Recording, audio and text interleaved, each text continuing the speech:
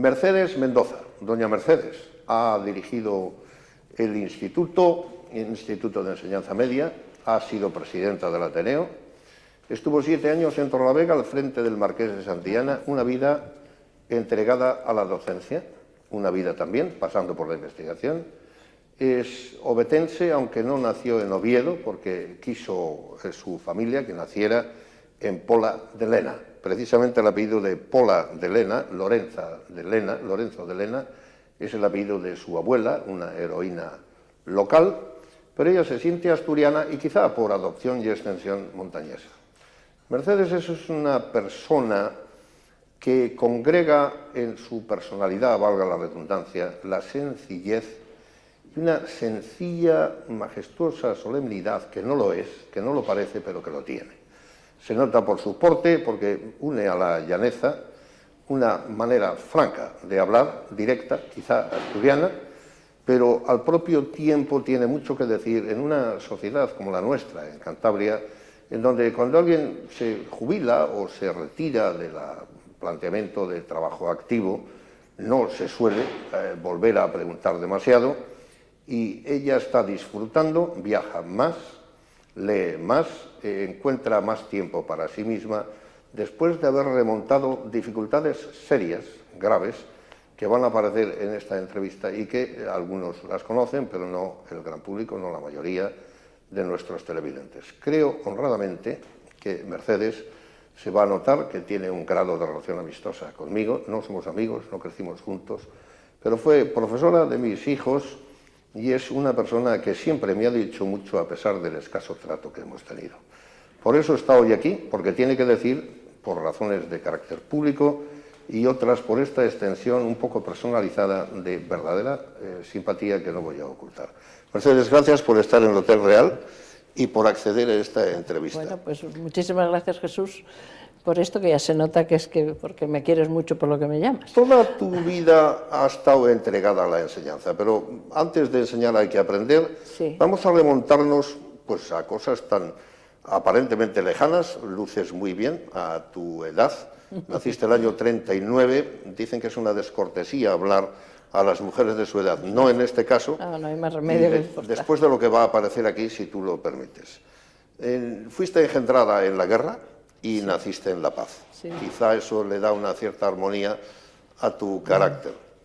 ¿Qué se puede decir de Alarcos de Oracha, aquel gran maestro de la fonología, de la fonética antes que fonología, que va trayendo ya un estructuralismo creo que anterior al propio Saussure, con quien aprendiste porque es uno de tus distinguidos maestros? Bueno, sí, Alarcos, el profesor Alarcos llegó de Valladolid a Oviedo y me dio clase en segundo y tercero.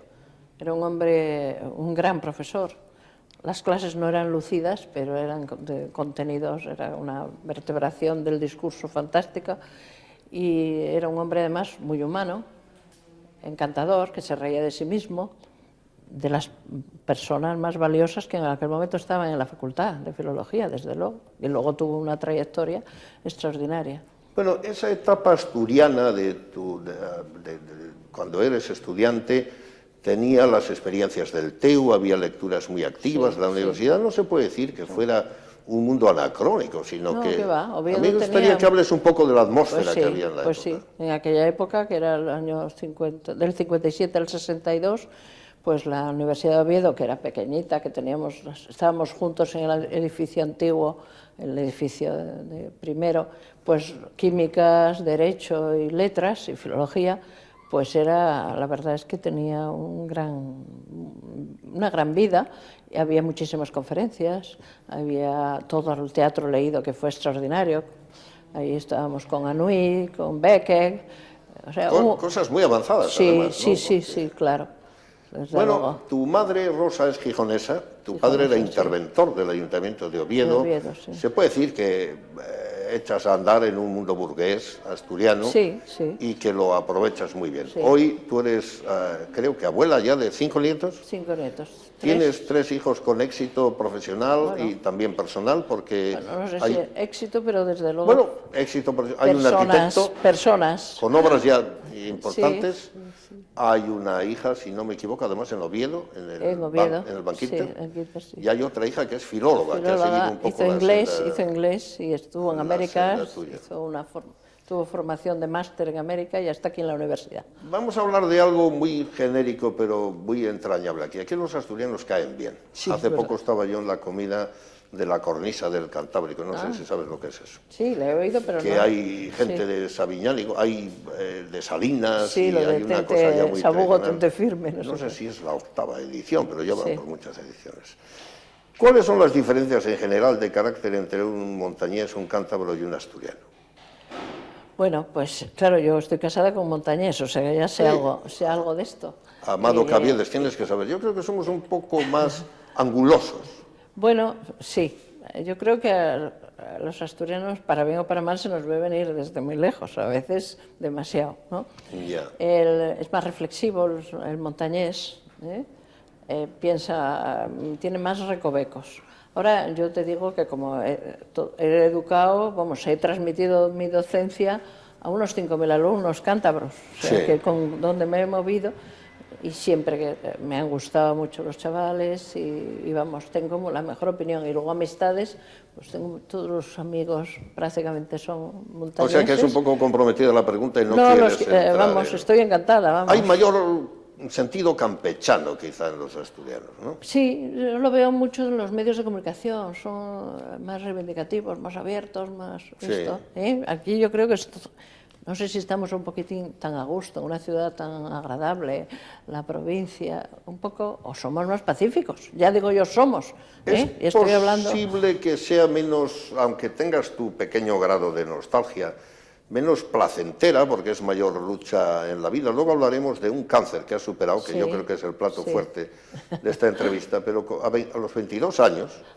Estás en Torlavega, si no me equivoco. Recién casada. Sí. Estás 7 años en el Marqués de Santillana y además manejando 3 niños, porque uno de ellos es obetense, pero los otros dos son cántabros. Aquí, ¿Y cómo se podía uno desdoblar, aunque eras una mujer joven, entre el instituto, los niños, atender a Amado? Porque cuando aquello era, si no me lo desmientes, tenía despacho un peligroso laboralista, voy a decir peligroso con afecto.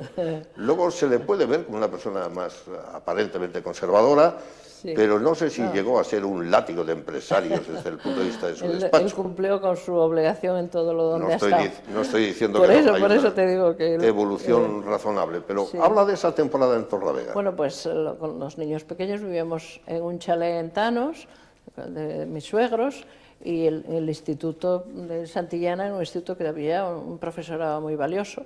Lo dirigía un sacerdote extraordinario que fue don José López Hoyos, una de las personas más inteligentes que yo he conocido, y aglutinó ahí un centro, éramos casi todos interinos, porque entonces no salían oposiciones, tardaban muchísimo. Aglutinó una serie de personas y creó un clima fantástico, fantástico. Entonces estuve muy a gusto, encontré allí a mujeres un poco mayores que yo llegaba con 22 años y tal, que tenían sus hijos, que hacían compatible con sus trabajos profesionales en la docencia, y que me sirvieron de pautas de comportamiento, cómo tenías que hacer, ser ama de casa, ser madre y ser una profesional, claro. Pero fíjate, ser una profesional, tú, quien no te conozca, puede decir, mira, has nacido como para directiva, porque has sido directiva del instituto después de Don Domingo y del Obregón, a quien entrevistamos aquí también.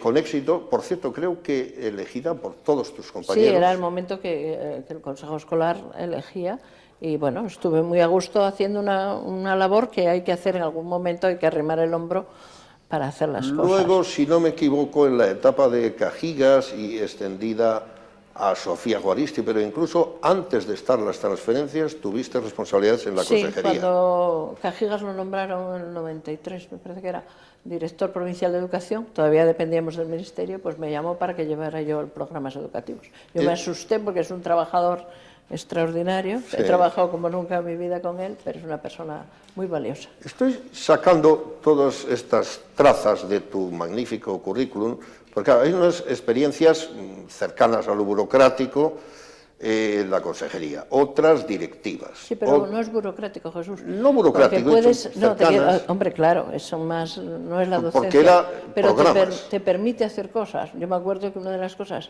que me encantó poder hacer fue el aula hospitalaria. No teníamos en Valdecilla un aula para los enfermos, los niños, y entonces pues, se permite hacer cosas cuando estás en la gestión. Es un mal término, pero quería decir que una es la experiencia política interna de programar, atender o poner en marcha programas, porque creo que eras jefa de programas, además, y otra es la enseñanza directa, como en Torlavega, y después la gestión directiva, como era en el instituto mi ámbito ha sido siempre el aula, pero en determinado momento puedes hacer una incursión, sobre todo para ver las cosas por dentro.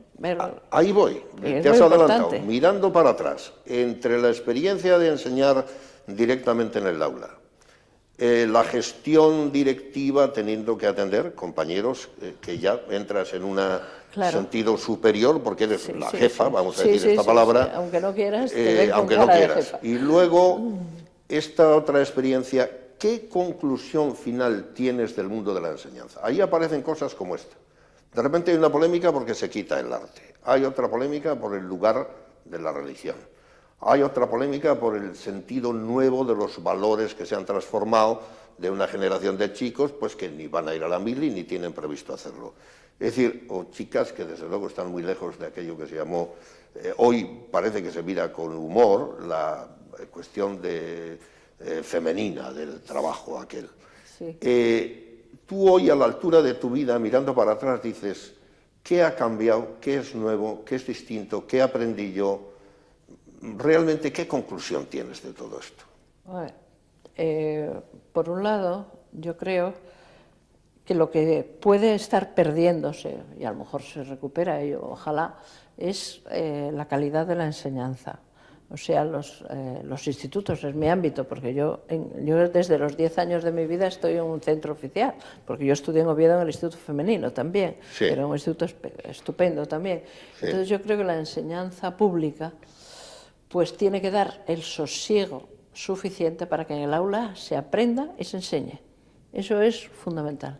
Y esto ¿Estás hablando de la instrucción o de la formación? Son las dos cosas. Bien. O sea, cuando hablas del deterioro, no te refieres a que se enseñe Estoy hablando menos... que hay que recuperar un clima en el aula en el que el profesor pueda ser capaz de transmitir no solo conocimientos, contenidos, sino también pautas y modelos, y que los alumnos tengan todos la igualdad de oportunidades desde la formación que tengan o el nivel cultural del que vengan o provengan para poder, por sus méritos, llegar a donde lleguen todos. Todo el mundo puede. Y eso es lo que a mí ahora me preocupa. Ya te digo que estoy en el aula de enseñanza pública, pues estuve 30 y tantos años, más los 7 de mi bachillerato, o sea, toda la vida en enseñanza pública. Tengo un poco de dolor, sobre todo, porque pienso que no todo el mundo tiene ahora las mismas oportunidades para que desde el estrato social del que se provenga puedas llegar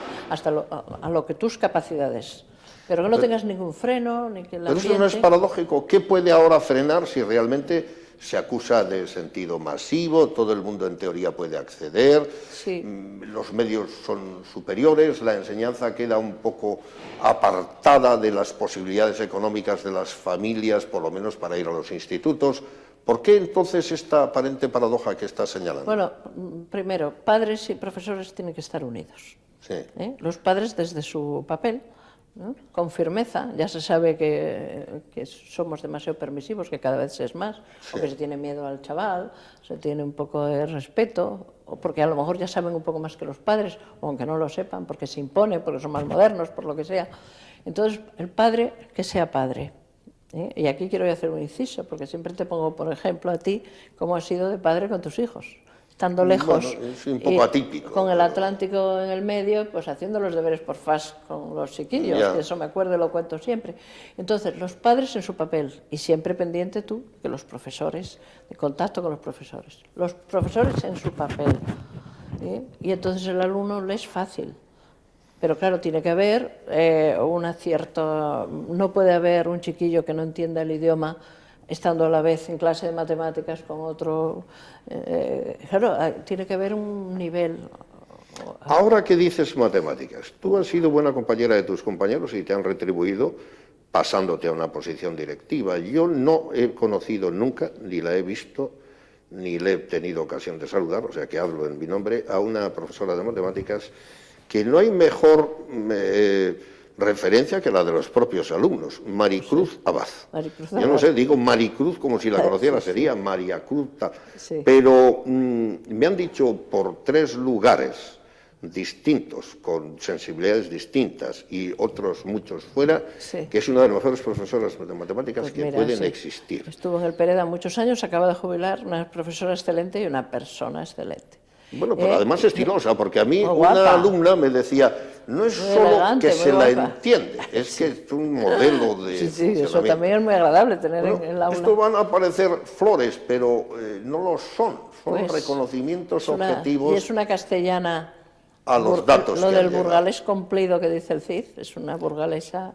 Entonces, ahí viene la pregunta, ¿para enseñar hay que querer a los alumnos o basta con transmitir con una serena autoridad los conocimientos? No, hay que tener, desde luego, una actitud favorable hacia ellos, tener un rasgo de humanidad. ¿Pero tiene que haber un distanciamiento afectivo o hay que implicarlo también? Es que es una mezcla, porque tú puedes en un momento dado estar muy próximo al alumno, pero él siempre tiene que saber cuál es su papel y cuál es el tuyo, para que haya esa transmisión de conocimientos y un poco que se note el papel de cada uno, porque si no, oye, por ejemplo, los chistes los tiene que decir el profesor, si los empieza a decir el alumno solo, entonces ahí, no sé, es un ten con ten. Pero ¿cómo defines tú, Mercedes, un concepto tan complejo como es la autoridad? Hay quien dice, el liderazgo consiste no en imponer autoridad, eso lo hacen los jefes, no es la potestad, o lo hacen los directores. El liderazgo es la capacidad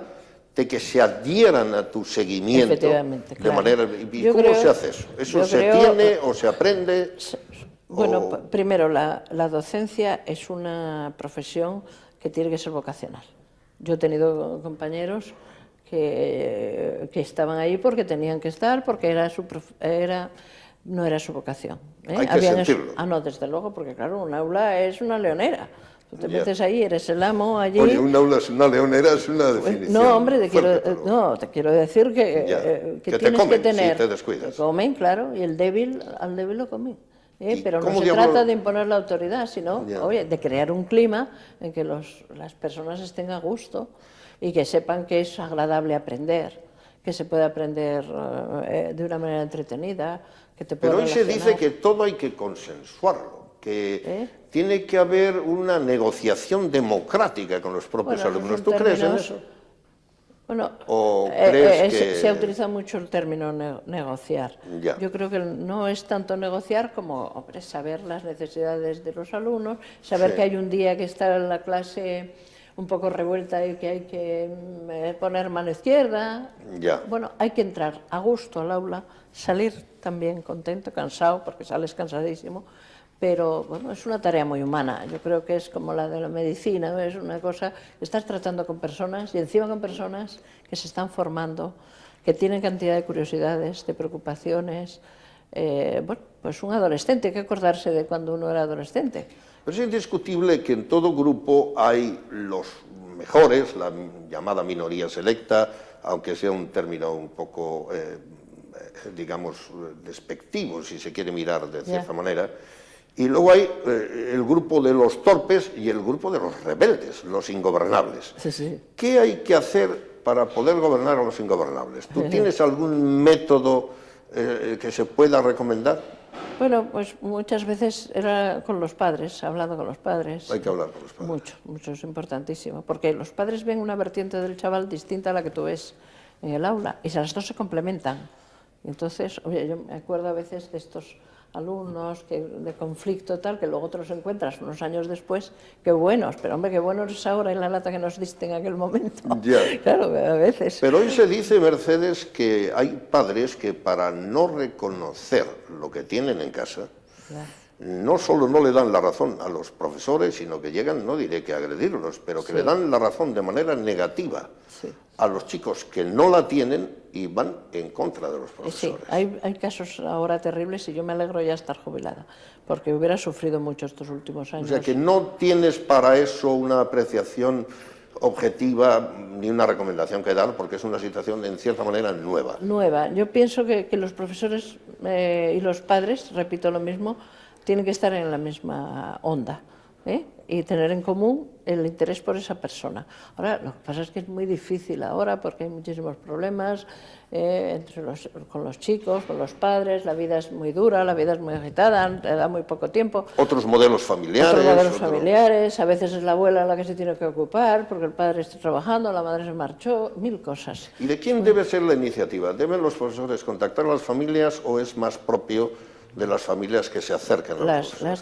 Las dos cosas. Ambas cosas son válidas. Claro, es necesario, sí.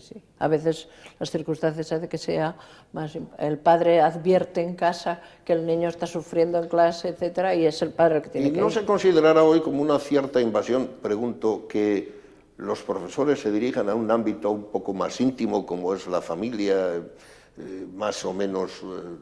digamos, diferente y algo distanciada? Lo que pasa es que también es muy íntima la educación, o sea, los padres confían a un centro de enseñanza, de instrucción, pero también un poco de formación, y eso lo piden mucho los padres, oye, edúcame, y los profesores dicen, oye, no, para educar no estamos exactamente, es labor de todos, es muy difícil, y a la vez a veces es muy fácil.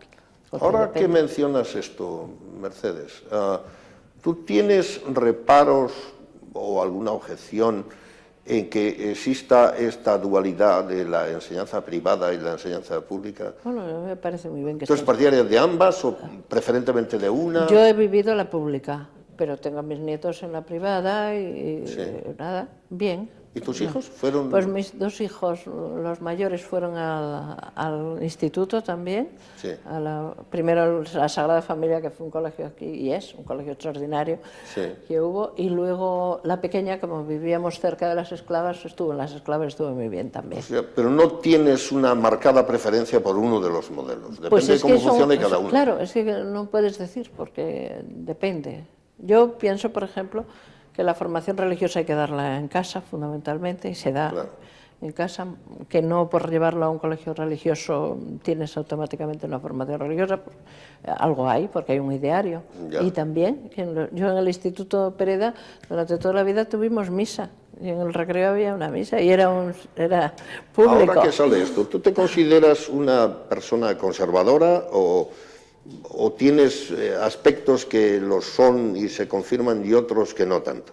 Pues yo creo que hay cosas muy buenas que conservar. Por ejemplo, para mí el sentido de la familia es fundamental, y hay otras cosas que tenemos que ir adaptándonos a los tiempos y que hasta que te mueras estás aprendiendo y estás viviendo. A mí me encantan las nuevas tecnologías, aunque lucho con ellas, no las domino, pero me interesa todo lo nuevo porque hasta que no me muera es mi época.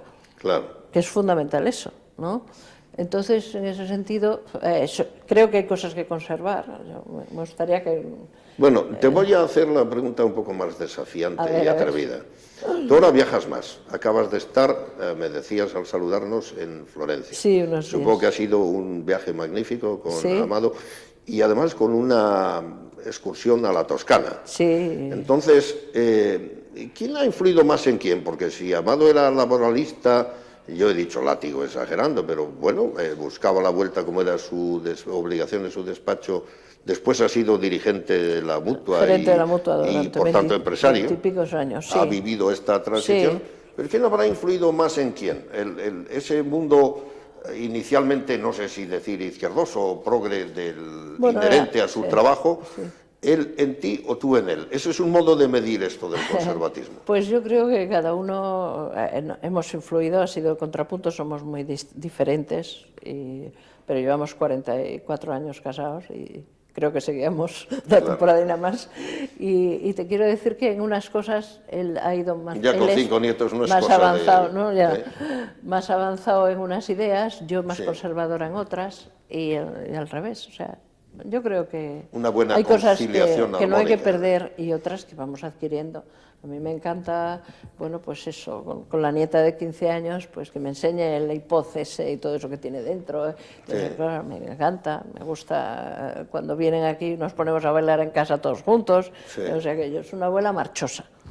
Vamos a pasar de la educación a la cultura. Tú has estado primero.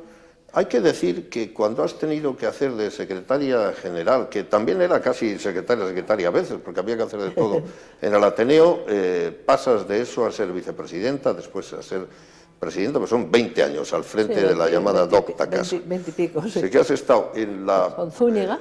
Con Zúñiga y después Con López Vélez. segundo amigo común. Sí. Y después tú sola, casi Sí, 20 años. sí. Hayan pasado figuras importantes.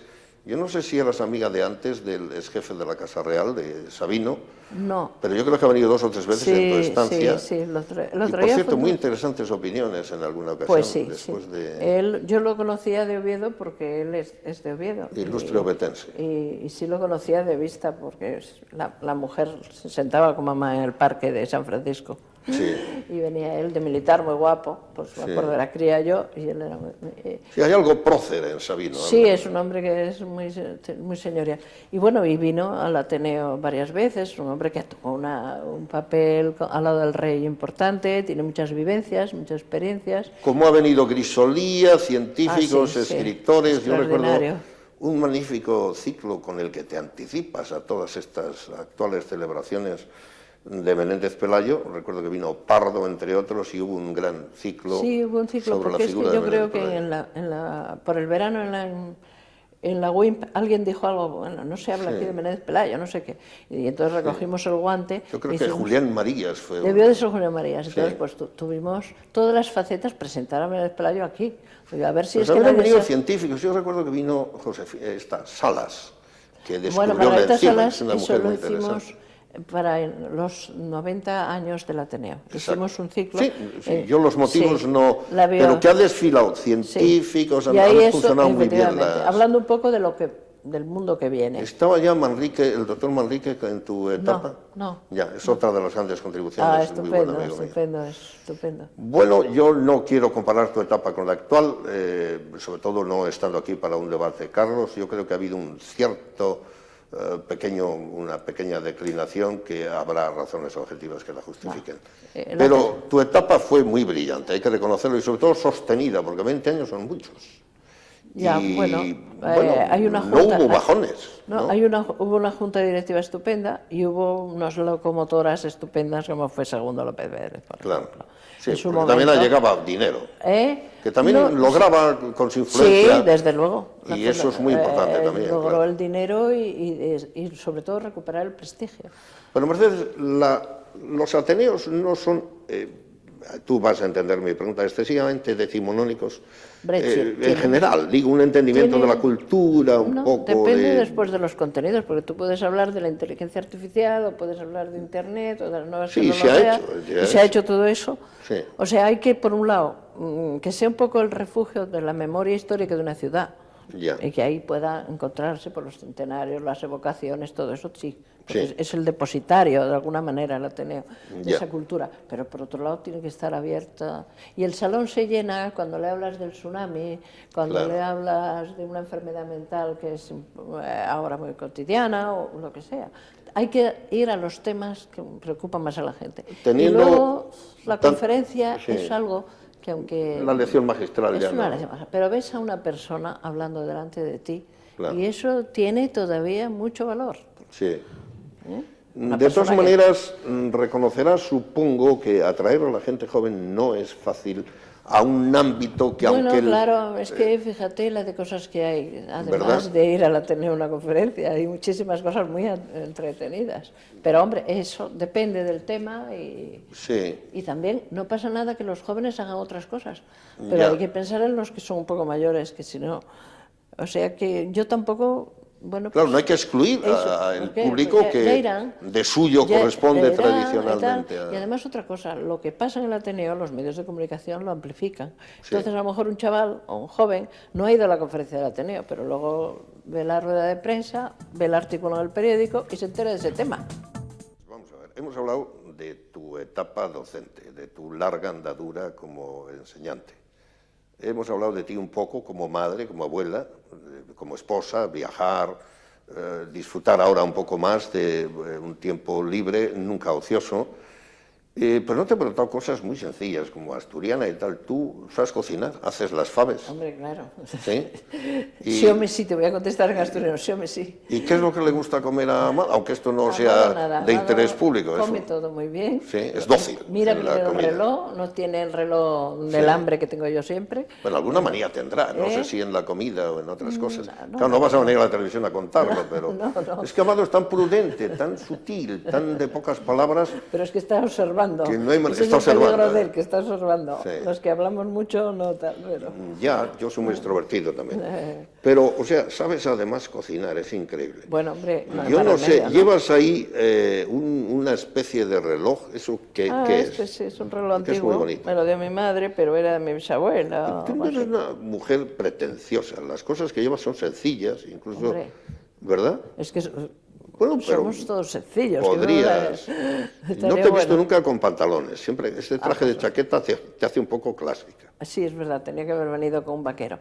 Pues habiendo hablado de la cultura y primero de la educación, vamos a ir a lo que realmente resulta ejemplar. Tú con 30 y pocos años tuviste un cáncer tremendo, 38, un sí. cáncer de esos que muerde la salud Pues sí. y si uno se descuida, la vida. Sí. ¿Cómo, aparte de lo que pueda ser afortunado, superaste aquello? ¿Cómo? Porque esto no es tan sabido, aunque la gente que te conoce sí. Bueno, Siendo sí. tan joven, ¿cómo hiciste para superar? Hoy supongo que es un fantasma alejadísimo, ¿no? Bueno, Porque 30 años más tarde, sí, hombre, pues, no, se puede hablar de esto con, sí, yo he hablado como siempre, un además. triunfo, ¿no? Nunca lo he ocultado porque si tuve la suerte de salvar, pues es muy bueno, sirve para que las demás personas que les pase en un momento dado, puedan. Tuve la suerte, me trataron muy bien, la quimioterapia, todas esas cosas, Sí. y luego tenía 3 niños pequeños, yo tenía que salir adelante. ¿Llegaste a tener un conato depresivo de algo? Porque eso es no. En ese tiempo O sea, que eres una asturiana fuerte, ¿eh? hay que echarle raza al asunto. ¿Verdad? Saqué la cátedra en los meses esos de la quimioterapia. Sí. Me puse a estudiar, venía una amiga conmigo. No te resulte morboso, pero dinos cómo fue el conocimiento. Pues no, nada. Distingue entre 2 etapas de la enfermedad y No, da nada, una recomendación. El diagnóstico es un bulto en el pecho. Sí. Pues oye, que me parece que es un cáncer, hay que operar, pues nada, ¿qué vas a hacer? Ya, pero es demoledor, ¿eh? La Es duro, noticia es muy duro, fuerte. es duro, sí, es muy duro, pero bueno, no te dan casi ni tiempo a pensar, porque ya estás en el quirófano, ya saliste del ¿Y quirófano. qué recomendarías a otras mujeres que en esa u otra edad, pero una edad joven, Sí. tienen Bueno, la mala noticia? pues que hay que... La medicina cada vez es más avanzada, que hay que hacer todo lo que los médicos crean que hay que hacer, hay que echarle valor y fuerza y hacer por la vida.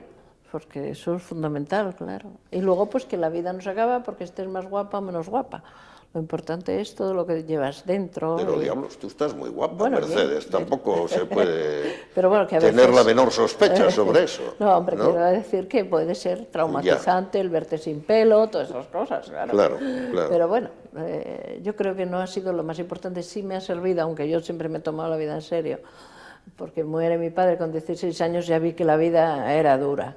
En estas situaciones, Mercedes, no sé, la pregunta puede que sea un poco tonta, pero me imagino que no. ¿Quién es más importante? ¿Uno mismo con sus reservas o aquellos que le comprenden y le dan apoyo? Claro, ¿O una combinación de ambos? No, todo. No, si no tienes a la familia alrededor, yo tuve a mi marido y a mi madre que no se quitó de los 9 meses de la quimioterapia, estuvo pegada a mí. Tu madre, ¿verdad? Sí, ¿Vive sí, tu sí. madre, Mercedes? No, ya no. Era una persona extraordinaria. Si tuvieras que hablar, y no, te pediría que no seas en esto modesta, de algunas virtudes tuyas, y si quieres para facilitar la modestia, refiérolas a tu padre y a tu madre, aquel interventor obetense del ayuntamiento, y a Rosa, que yo creo que es la que mandaba, porque los matriarcados son muy importantes en el norte de España, quizás en toda España y en el mundo.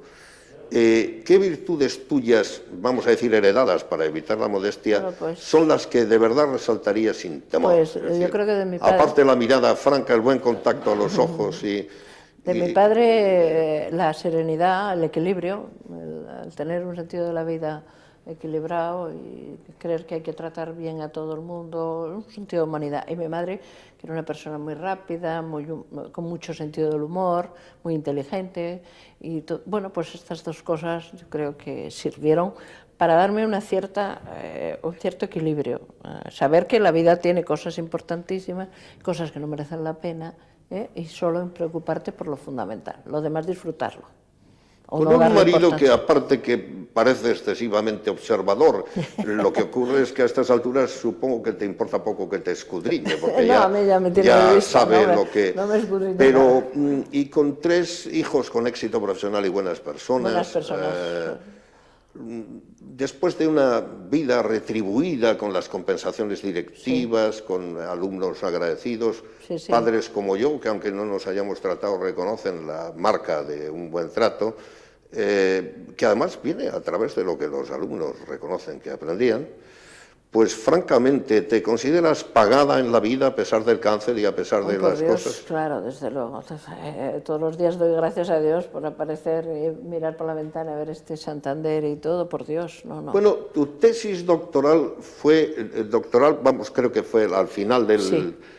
La condujo al Arcos. Sí, la tesina de licenciatura. Y creo que era un tema gramatical, que son de los menos cómodos, curiosamente con un hombre que era un alto especialista en eso, sobre Baroja. Estamos en una celebración barojiana. Yo tengo una especial predilección por los personajes literarios broncos. Bronco era Valle Inclán, aunque dulce al propio tiempo. Bronco era el impío Don Pío, tan enemigo de las supersticiones y tan difícil de trato, pero por otra parte con la puerta permanentemente abierta y con una manta recibiendo a todo el mundo. Yo no sé qué lees ahora, que supongo que tienes más tiempo. ¿Quiénes son tus héroes literarios? Yo he sido y soy una devoradora de los libros. Tuve temporadas, épocas en que leía un libro diario, eso es una cosa. Y considero, siempre lo digo, que he tenido 3 hijos y 2 bibliotecas, porque la biblioteca del Pereda, que había una biblioteca antigua, cuando yo fui directora conseguí hacer una biblioteca y dotarla de fondos y rescatamos la del Ateneo, que ahora es una gran biblioteca. Entonces yo soy devoradora de libros, me leí las bibliotecas de los padres de mis amigas, la biblioteca de mi casa, etcétera. Pero habrá unas claras preferencias. Sí, bueno, en cada momento hay una cosa que te interesa. Claro, pues hablemos del momento actual. Estamos siempre entre el presente y el futuro. Las memorias y las biografías me están gustando. Yo sabía que cuando eras mayor... ¿Por qué? ¿Por lo que tienen de confesión íntima? Pues porque hay vidas que no se las puede inventar ningún escritor. Son muchísimo más ricas y más interesantes. ¿Y te da igual que lo cuenten ellos mismos sobre su propia vida o que lo cuente otro? Depende, porque a veces hay cosas... Yo te advierto que tengo en común esto, como sabes, contigo, yo soy muy lector también. A mí me gustan mucho los epistolarios. Las cartas. Las cartas. Lo que se le dice a un amigo suele dar mucha... revela mucho algo de la intimidad. A veces se llega a unos excesos que cuando... Nada más que son epistolarios, donde dice que le deben tanto, o que el editor no le ha pagado tal. No, esa parte no, la parte llamemos burocrática, pero...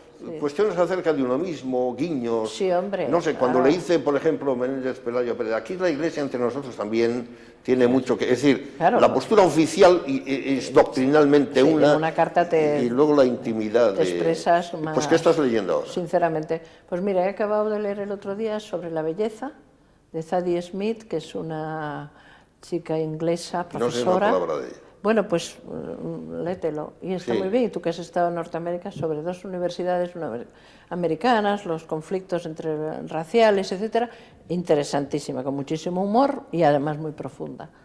He leído a Paul Auster, bueno, ya llevo leyéndolo hace unos años, me encanta. He leído ahora en el tren, viniendo el otro día de Madrid, me leí las memorias de Gore Vidal, escritor. ¿Por qué te encanta Paul Auster? Porque, claro, más que la enumeración me interesa el que digas pues es que es un escritor muy profundo. O sea, yo ya me aburre mucho de la literatura muchísimas de las descripciones, las florituras, Claro. todo eso ya lo vi, ya voy a lo interesante, el aspecto a lo formal, esencial, ¿no? ya, Que- eso, ya. claro, no hay fondo sin forma, pero aún así ya no me quiero enredar en esas descripciones de paisajes, etcétera, etcétera. ¿Y por qué vas estás más? al ser humano, y Paul Auster te Sí. retrata tipos humanos actuales, psicología, con los problemas de hoy y tal, sí, me gusta mucho.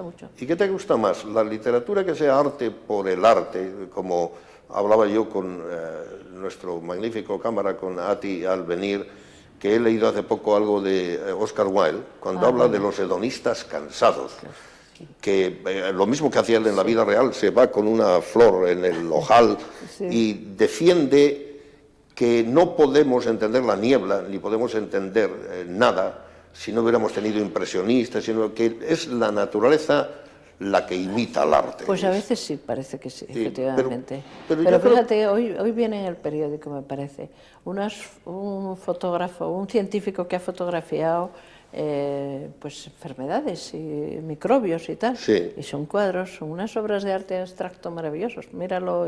Así es, las proximidades entre la ciencia Bueno, y el eso, arte. sí, y un medicamento, pues, no sé cómo lo han procesado las fotografías, que son verdaderos cuadros abstractos. Pues Mercedes, yo no sé si estoy dejando algo fuera, pero me gustaría que des una opinión a modo de conclusión, siempre gusta hacer un cierre, sobre qué hay que entender en la relación de futuro cuando el mundo ha cambiado tanto. Tú mencionabas las nuevas tecnologías, me ha gustado ese detalle inesperado de que por qué no atender a las personas mayores, a quienes son tradicionales, y que los jóvenes busquen sus propios cauces, aunque a través de contenido se les atraiga. ¿Tienes alguna recomendación a modo de conclusión que hacer, eso, como madre, como mujer, como enseñante, como lectora, como superadora de un cáncer en este momento? Es decir, ¿hay algún mensaje que tengas que dar o no? Tú eres una superviviente, en cierta manera. Sí, lo que pasa ahora ya, bueno, pues ya hay tanta gente que, gracias a Dios, ya el cáncer no es lo que era. Eres superviviente cuando haces un viaje en carretera y llegas a casa tranquilo, sano y salvo. Es verdad también. Pero bueno, eso sí ha servido para que mucha gente me hayan visto a mí, mira esta, oye, Mercedes ha salido, ha salvado, tal. Pues eso me ha servido en ese aspecto. Y lo demás, pues que la vida es un regalo, que cada día trae... Yo soy esa frase bíblica de cada día tiene su afán, a mí me parece muy bien. A veces no hay que preocuparse nada más que lo de hoy. No vamos a vivir pensando que a lo mejor dentro de unos días pasa esto. Y vivir, y vivir. Y así se pronunció Mercedes Mendoza, franca, directa, asturiana, sencilla. A veces, en el curso de una conversación, uno busca, por no decir siempre, que se produzca lo que alguna vez hemos llamado un momento, una revelación, alguna cosa que genere una tensión para concitar mayor atención. No sé si se produjo, es posible que no. Ahí puede que esté la grandeza, el encanto de lo sencillo y la grandeza sin exagerar una externa solemnidad majestuosa, elegancia y franqueza. Esto puede que resuma un estilo que ustedes mismos han visto. Y no hay por qué buscar la heroína cuando la vida sencilla tiene el heroísmo de cada día, como ella señaló, vivir y vivir. Enseñar, transmitirse valores y no exagerar el concepto de la negociación cuando de manera natural surge el buen clima, lo que ella llamó buen clima. El clima de una mujer que no sabe decir que no a la cordialidad y a la que respetaron compañeros, a la que respetan exalumnos y que tiene nuestra simpatía, como ha podido hoy verse ante los telespectadores. Mercedes, muchas gracias. Muchísimas gracias a ti.